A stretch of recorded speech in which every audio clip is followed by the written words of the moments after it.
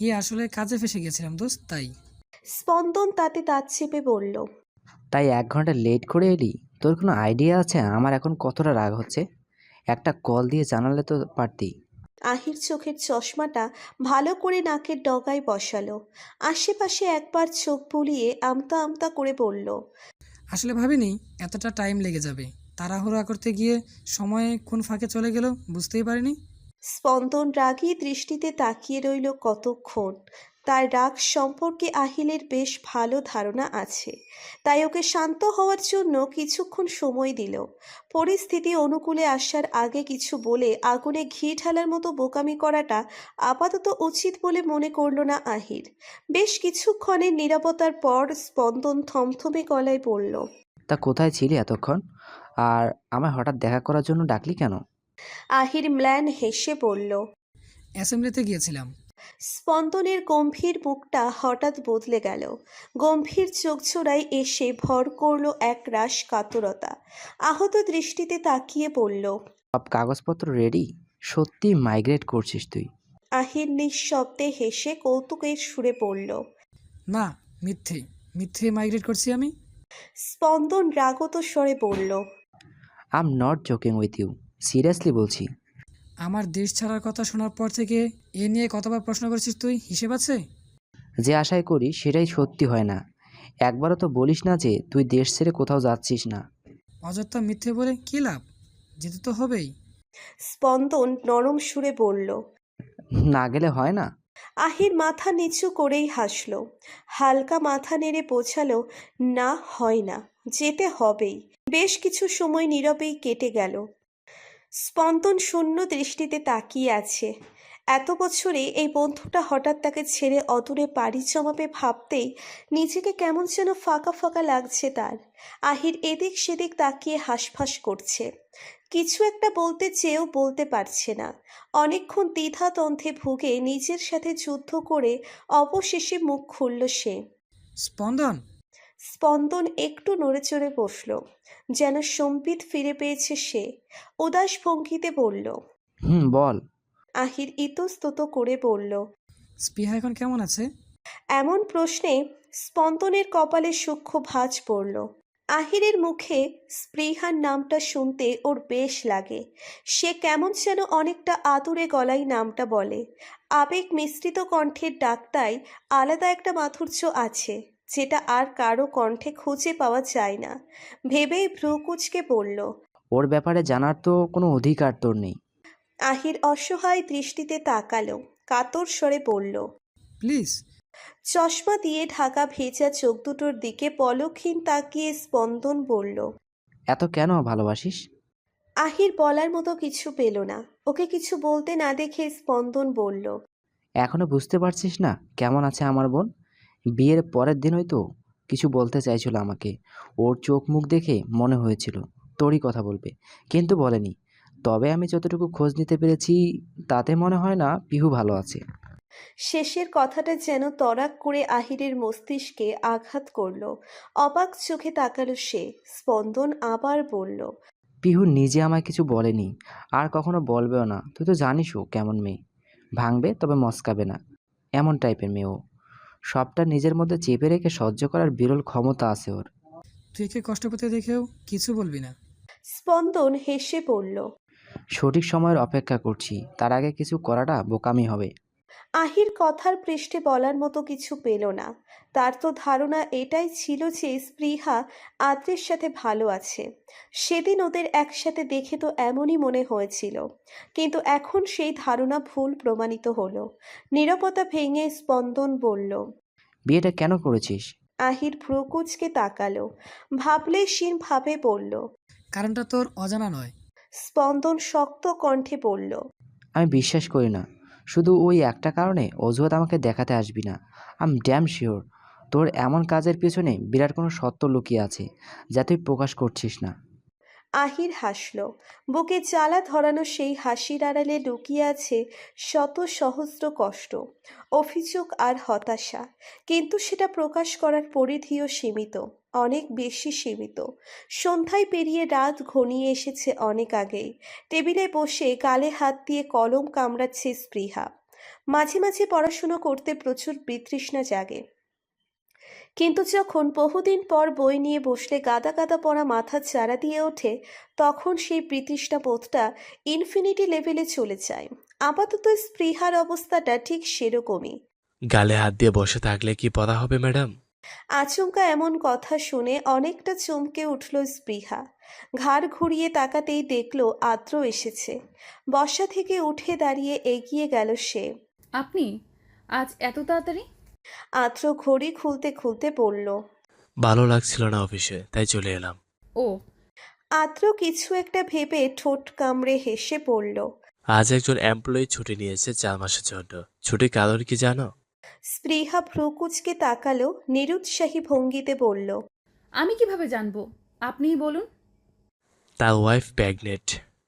Application দেখে ফার্স্টে আমি ভেবেছিলাম সে নিজেই প্রেগনেন্ট। পরে ভালোভাবে পড়ে দেখলাম যে না, তিনি তার ওয়াইফের এই সময়টাতে সঙ্গ দেওয়ার জন্য ছুটি নিয়েছে। ব্যাপারটা অদ্ভুত লাগলেও কিছুক্ষণ গভীরভাবে ভাবার পর বুঝলাম it's really a wonderful thought. আদ্রের সহাস্যে বলা কথাগুলোর আগামাথা কিছুই বুঝতে পারল না স্পৃহা। আদ্র আন মনে বলল। বাবা হওয়ার অনুভূতিটা পৃথিবীর সবচাইতে সেরা অনুভূতি, তাই না? ছোট ছোট হাতে আঙ্গুল ধরে, ছোট ছোট পা দিয়ে হাঁটতে হাঁটতে যখন আদো আদো কণ্ঠে বাবা বলে ডাকবে, তখন ঠিক কেমন অনুভূতি হয়? আমিও কিন্তু আমার বউয়ের সঙ্গে দেওয়ার জন্য পাক্কা 2 বছর ছুটি নেব, ফর শিওর। প্রথম কথাগুলো ভালো লাগলেও শেষের কথাটা শুনে স্পৃহা চোখ বড় বড় করে আদ্রের দিকে তাকালো। স্পৃহাকে চোখ বড় বড় করে তাকিয়ে থাকতে দেখে আদ্র ভ্রু উঁচিয়ে পড়ল। হোয়াট?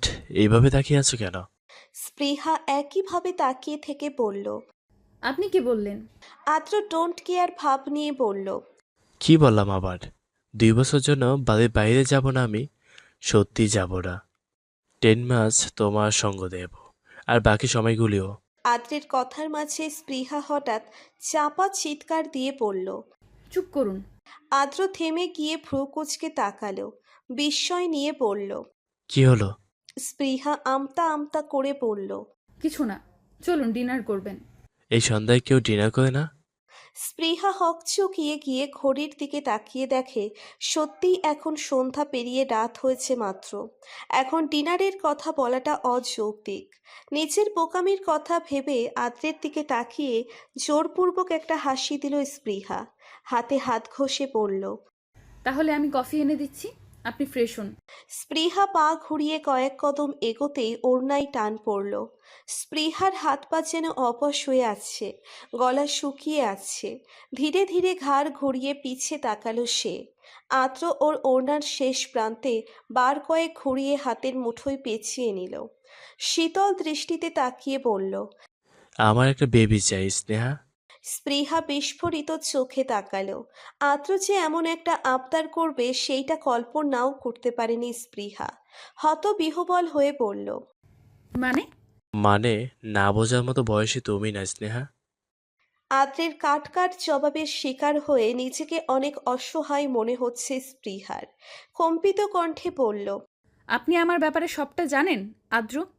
এই মুহূর্তে আপনার কাছ থেকে এসব কথা আমি এক্সপেক্ট করিনি। আদ্রের মলিন হাসল, আঙ্গুল দিয়ে কপাল স্লাইড করতে করতে বলল। বিয়ের প্রথম রাতে তুমি আবার যা বলেছিলে, সেই কথাগুলো কিন্তু তোমার কাছ থেকে এক্সপেক্টেড ছিল না। স্টিল আমি মেনে নিয়েছিলাম। কি বলতে চাইছেন আপনি? আদ্র স্পৃহাকে কাছে টেনে এনে চোখে চোখ রেখে বলল। কবে আমার হবে তুমি স্নেহা? একান্তই আমার নিজের হবে কবে? স্পৃহা নিজেকে ছাড়িয়ে নিয়ে দূরে সরে দাঁড়ালো, শক্ত কণ্ঠে বলল। সবকিছু জোর করে হয় না আদ্র। এত ডেসপারেট কেন হচ্ছেন আপনি? আমি নিজেকে মানিয়ে নেওয়ার চেষ্টা করছি, একটু সময় তো আমায় দিতেই পারেন। আদ্র ঠোঁট গোল করে একটা দীর্ঘশ্বাস ফেলল। শুকনো হেসে ধীর গতিতে মাথা নাড়িয়ে সম্মতি জানালো। নিঃশ্বাসের সাথে শুধু একটা কথাই কানে ভেসে এলো স্পৃহার। ওকে, টেক ইউর টাইম। ক্যালেন্ডারের পাতা থেকে কাটা পড়ে গেছে 1 মাসেরও বেশি কিছু সময়। স্পৃহা এখন নিজের জীবন নিয়ে এতটাই ব্যস্ত হয়ে পড়েছে যে অতীত নিয়ে ভাবার অবসরটুকুও তার নেই।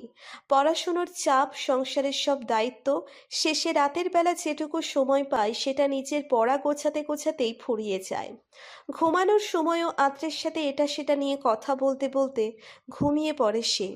আদ্র সেই ঘুমন্ত মায়াবী মুখটার দিকে অপলক তাকিয়ে থাকতে থাকতে নিজেও ঘুমের দেশে পাড়ি জমায়।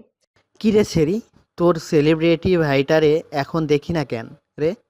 একলাই ভার্সিটিতে আইসস কেন? আহানের মুখের দিকে তাকিয়ে প্রান্তি দাঁত কেলিয়ে হাসল। চুইংগাম চিবোতে চিবোতে বলল, ভাইয়া এখানে এসে কি করবি? এমনিতেই অনেক ব্যস্ত আছে এখন, তার উপর হট্টগোল তার একদম পছন্দ না। আহান মুখ বাঁকিয়ে বলল। তোর ভাই তো হিরো, আমি তো ভুলেই গেছিলাম। প্রান্তি রেগে কিছু বলতে যাবে তার আগেই নীর মুখ দিয়ে বিরক্তিসূচক শব্দ বের করে বলল, থামবি তোরা? আর আহান শোন, প্রণব ভাইয়ের গান তো তোর নিজেরও অনেক পছন্দ, কালই তো বলেছিলি। সো এখন প্রান্তিকে খেপানো অফ কর। প্রান্তি আহানের দিকে সরু দৃষ্টিতে তাকালো। আহান থতমত খেয়ে বলল। এই প্রিয়, তোর বর এখন আসে না কেন রে? স্পৃহা বই থেকে নজর সরিয়ে ওদের দিকে পূর্ণ দৃষ্টিতে তাকালো। গাঢ় গলায় বলল, নিজের প্যাচের মধ্যে আমাকে একদম টানবি না। এমনি সব কিছু চাপায় পড়ে আমি অর্ধেক হয়ে গেছি। আহান গাল ফুলিয়ে বলল। একদম ঠিক হয়েছে, তোরে এখন বিয়া করতে কইছে কে? স্পৃহা তীক্ষ্ণ দৃষ্টিতে তাকিয়ে বলল। আমার বিয়ে আমি করেছি, তাতে তোর কি? What is that to you? Ahaan হতাশ গলায় দুঃখী দুঃখী মুখ করে বলল। আমরাই তো লস হইল, ভাবছিলাম তোরে বান্ধবী থাইকা বউ বানামো। এমনিতেই মাইয়া পোটে না, তার উপর তোর এই স্যাকা তো আমায় দেবদাস বানাইয়া দিল। এখন আমার এই 2 টুকরা হাড় নিয়া আমি কই যাইমো? প্রান্তি আর নীর আহানের অভিনয় দেখে হাসতে হাসতে গড়াগড়ি খাচ্ছে। স্পৃহা হাতের বইটা আহানের দিকে ছুঁড়ে মেরে নাক ফুলিয়ে ওদের দিকে তাকালো। পর মুহূর্তেই হেসে আহানের হাতে কিল লাগালো। প্রান্তি হাসি থামিয়ে এদিক সেদিক তাকাতে তাকাতে বলল,